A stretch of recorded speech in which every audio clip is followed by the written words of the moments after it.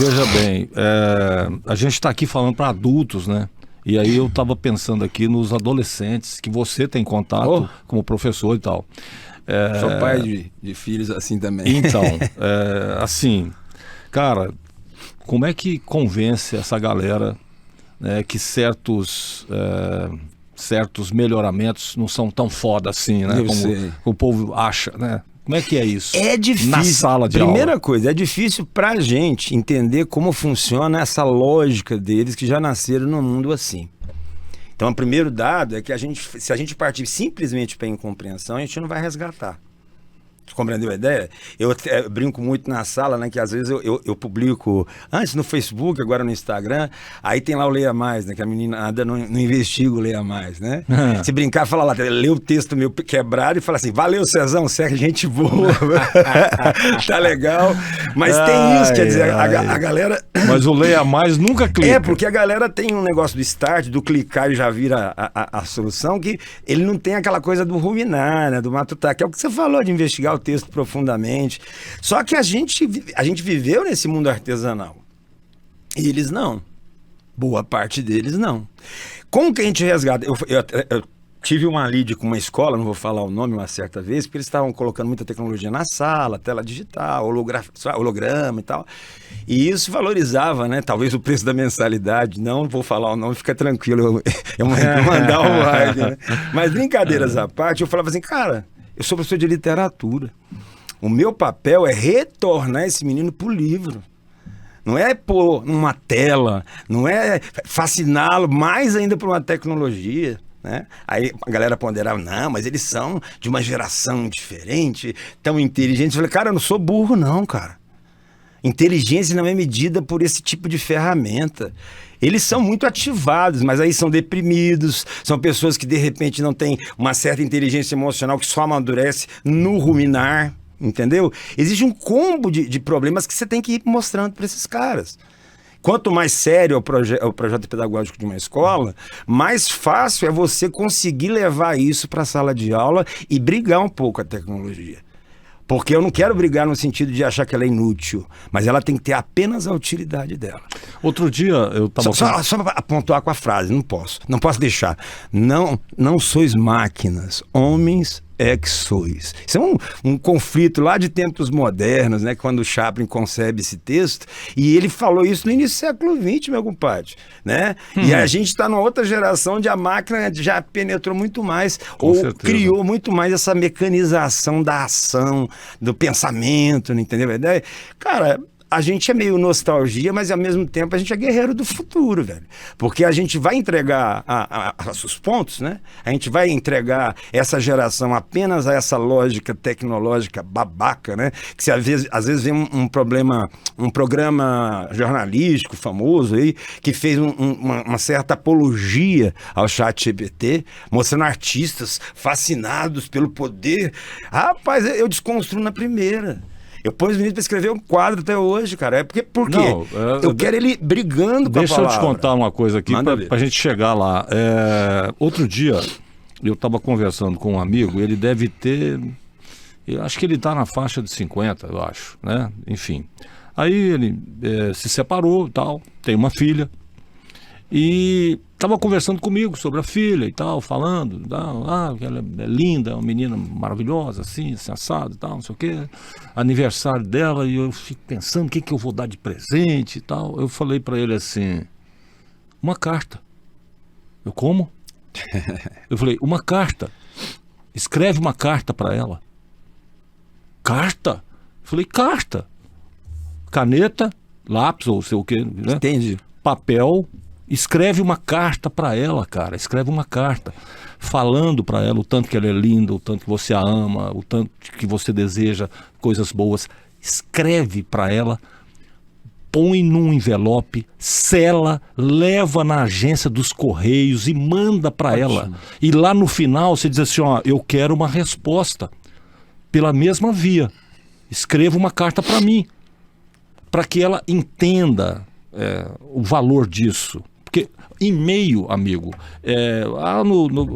aqui no WhatsApp e tal, isso é Claro. Isso é uma desgraça. A gente e aí, desculpa, então, veja bem, Eu não sei se ele fez. E eu vou dar a mesma sugestão para você.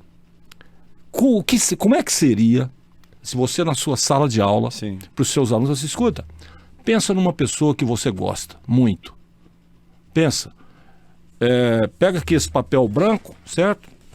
Tá vendo? Um papelzinho branco aí, tá todo mundo, beleza, ok? Eu quero que cada um de vocês escreva o nome dessa pessoa, ok? No papel. Tá bom? Tá. Todo mundo escreveu? Beleza? Agora é o seguinte. Escrevam uma carta para essa pessoa. Arrumem um envelope, coloca no envelope, vai no correio e posta essa carta. Vocês precisam passar por essa experiência para entender a hora que o carteiro chegar lá com a resposta e você pegar aquele envelope que está direcionado a você e você olhar no remetente, é a pessoa que você mandou a carta respondendo, você vai passar por uma experiência, meu jovem. Mas aí Léo, e eu concordo, é justamente o momento em que você é o oráculo de uma geração que foi desnorteada. É o momento de você falar assim, porque eu experimentei isso. Eu sei que alguém um dia me mandou uma carta e o que eu imaginei, ou o que eu imaginava, ou como eu sentia a situação, ela parou o tempo dela. Claro. Ela sentou, ela pegou um papel, ela pensou em mim. Claro. Ela criou aquilo, ela teve fez o como é que fala? Cumpriu um papel, fez um esforço, melhor falando, tava faltando isso. Fez o esforço de ir até a agência de Correios, mandou, ficou lá esperando, né?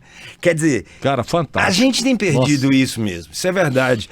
Ao mesmo tempo, a gente não pode parecer, e aqui eu vou falar meio para polemizar, quem tem medo de polemizar não opina, né? Claro. Mas a gente também não pode parecer, essa geração, aquele cara da idade das pedras, né? A idade das, sabe? A gente precisa se fazer confiável, entendeu?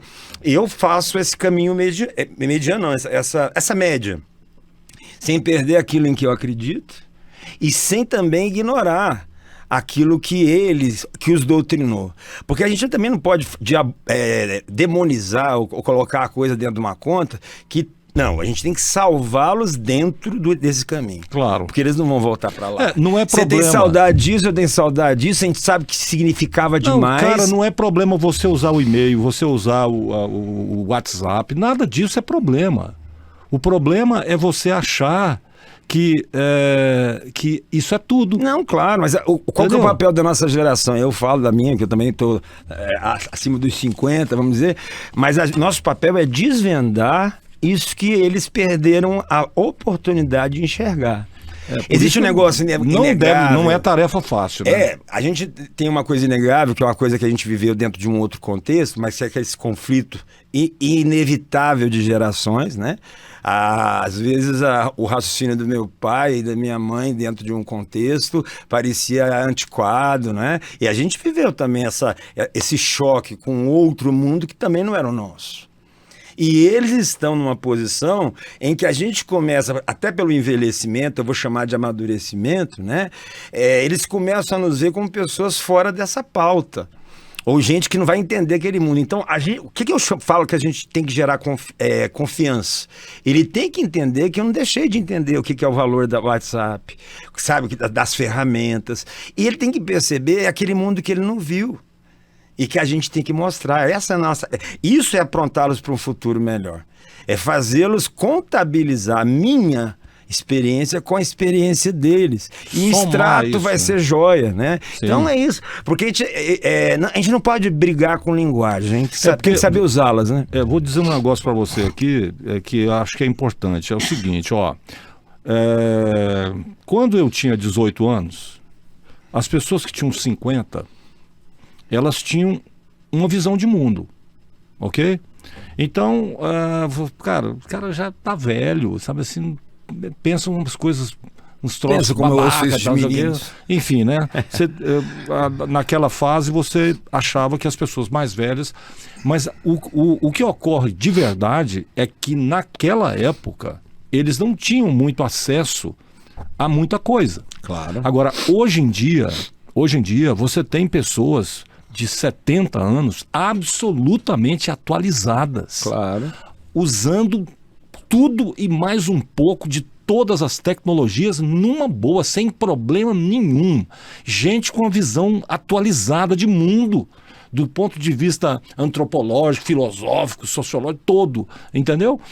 Ou seja, então, uma coisa é você, professor César, né, com a sua visão, com a sua experiência e tal, tentar passar para os alunos, dar a eles o que há de melhor da experiência do mundo analógico, vamos dizer assim, para que eles utilizem isso na sequência da vida deles, daqui para frente. Outra coisa é você ser um cara retrógrado, dizer não... Concordo. Entendeu? Mas assim, enquanto eles estão imaturos, soa muitas vezes assim. Eu tenho assim... vamos dizer assim, não sei se é vaidoso falar, mas eu tenho um certo carisma com os meus alunos, certo? Geralmente eu sou um cara legal, vamos dizer assim, a galera me curte. Então, mas eu ouço, né? Veinho, eu sou veinho do Up, tem até um aluno que parece um menininho lá do Up, daquela animação. Pô, eu ouço de tudo. Veinho do Up. Cara, quer dizer, é uma brincadeira, mas é a maneira deles se aproximarem, mas também de ficarem irritados. De dar aquela espetadinha. Mas assim, então eu preciso ser carisma, caráter e não perder, não fazer uma higiene de geração. Porque no fundo eu também curto coisas que algumas novidades, né? Tem hora que meu filho que escreve um rap lá, eu falo, puta que lá merda. O texto às vezes está um pouco agressivo, um pouco vulgar naquilo que eu atribuiria a boa poesia, mas está na sintonia da galera. E eu acho legal que ele esteja sintonizado e capaz... Tá no tempo dele. De fazer essa leitura. Então a gente tem que tomar um cuidado de não transformar isso no horror. Entendeu? Eu falo porque eu vivi muito tempo. A minha escola musical, por exemplo, foi... rock, depois foi MPB, entendeu? E eu vivi muito a resistência ao sertanejo, isso eu resisti, por exemplo. Mas eu tinha um primo que era cansativo, porque eu ia pra uma festa, eu não posso nem falar, bom, ele vai ouvir. Eu tinha um primo que era muito cansativo com isso, sertanejo, aqueles clichês de rejeição, né? E eu falava, cara, se eu tô numa festa, tem uma gata olhando, ela gosta do música sertanejo, vai rolar, tô nem aí. Porque é aquela história de você também não ser uma figura fora, desencaixada, não é necessário. Ele vai confiar muito mais se sentar para tomar um café com ele, uma cerveja com ele, e ele te ouvir porque você visitou o patamar dele. Senão fica muito pernóstico, muito chato, se você não cara. acessar essas pessoas, elas não vão te acessar. Pronto. E elas precisam me acessar porque eu tenho um legado para elas, eu tenho um recado para elas. É um papel profético, né? O que eu acho legal, essa coisa meio religiosa, mas você vai entender. O profeta é aquele que muda a sua direção.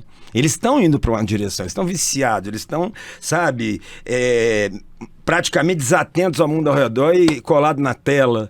Eu preciso fazer com que eles acessem o outro cenário, o outro universo. E para isso eu não posso simplesmente parecer... E eles não precisam abandonar o universo deles. Não, absolutamente. Eu acho que esse é o grande dilema, esse é o grande desafio, mas é o que a gente tem que enfrentar e a gente não pode desistir dessa batalha, não.